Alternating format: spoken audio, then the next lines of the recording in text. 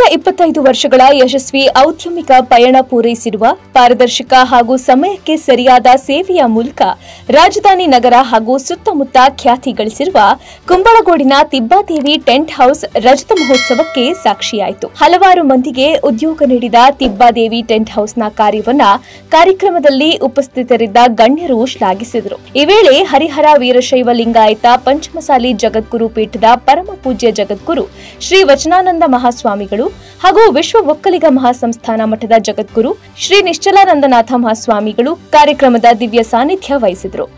DCM DK Shivakumar ಕಾರ್ಯಕ್ರಮದ ಅಧ್ಯಕ್ಷತೆ ವಹಿಸಿದರು. ಇದೇ ವೇಳೆ ಸಂಸದ ತೇಜಸ್ವಿ ಸೂರ್ಯ ಈ ಸಂಜೆ ಯಾಕಾಗಿದೆ ಅನ್ನೋ ಹಾಡು ಹಾಡಿ ಜನರನ್ನ ರಂಜಿಸಿದ್ರು.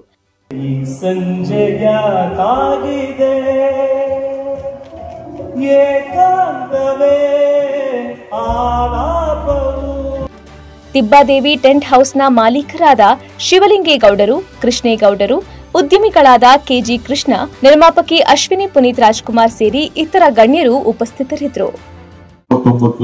ಈ ಟೆಂಟ್ ಹೌಸ್ ನ ಪ್ರಾರಂಭ ಮಾಡಿ ಬಹಳ ದೊಡ್ಡಗೆ ಬೆಂಗಳೂರಲ್ಲಿ 3-4 ಜನ ಇದ್ದಾರೆ ಅಷ್ಟೇ ಈ ರಾಜ್ಯದಲ್ಲಿ ಈ ಮಟ್ಟಕ್ಕೆ ಮಾಡುವಂಥದ್ದು. ಹಂಗೆ ಮಂಡ್ಯದ ಒಂದು ಚಿಕ್ಕ ಹಳ್ಳಿಗೆ ಬಂದು ಇಲ್ಲಿ ಮಾಡೋದು ಅಷ್ಟು ಸುಲಭವಾದ ಕೆಲಸ ಅಲ್ಲ.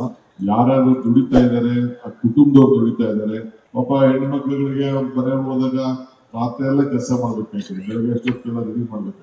ಒಂದ್ ಮನುಷ್ಯನಿಗೆ ಒಂದ್ ಹೆಣ್ಣಿಗೆ ಯಾವ ರೀತಿ ತಲೆಯಲ್ಲಿ ಬಟ್ಟಿ ಇರ್ಬೇಕು, ಕುಂಕುಮ ಇರ್ಬೇಕು, ಮಾಂಗಲ್ಯ ಇರ್ಬೇಕು, ಮೂಗ್ಬತ್ತಿ ಇರ್ಬೇಕು, ಕಿವಿಲಿ ಓಲೆ ಇರ್ಬೇಕು, ಹಂಗೆ ಯಾವುದೇ ಒಂದು ಕಾರ್ಯಕ್ರಮ ಮಾಡ್ಬೇಕಾದ್ರೆ ತಿಬ್ಬಾದೇವಿಯ ಟೆಂಟಿನ ಅಲಂಕಾರ, ಹೂವಿನ ಅಲಂಕಾರ ಇವೆಲ್ಲ ಕೂಡ ಇದ್ರ ಮಾತ್ರ ಶೋಭೆ.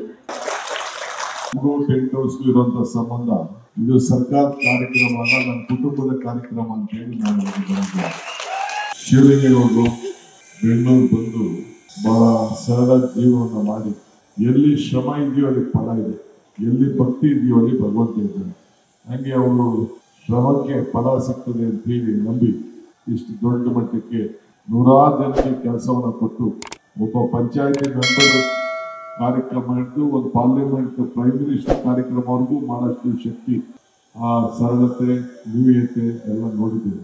ವಿಶ್ವ ಒಕ್ಕಲಿಗ ಸಂಘದ ಮಠದ ನಿತ್ಯಾನಂದ ಸ್ವಾಮೀಜಿಯವರು, ಕೃಷ್ಣಪ್ಪನವರು ನಾವೆಲ್ಲ ಬಂದು ನಿಮ್ಗೆ ಶುಭ ಹಾರೈಸಲಿಕ್ಕೆ ಬಂದಿದ್ದೇವೆ.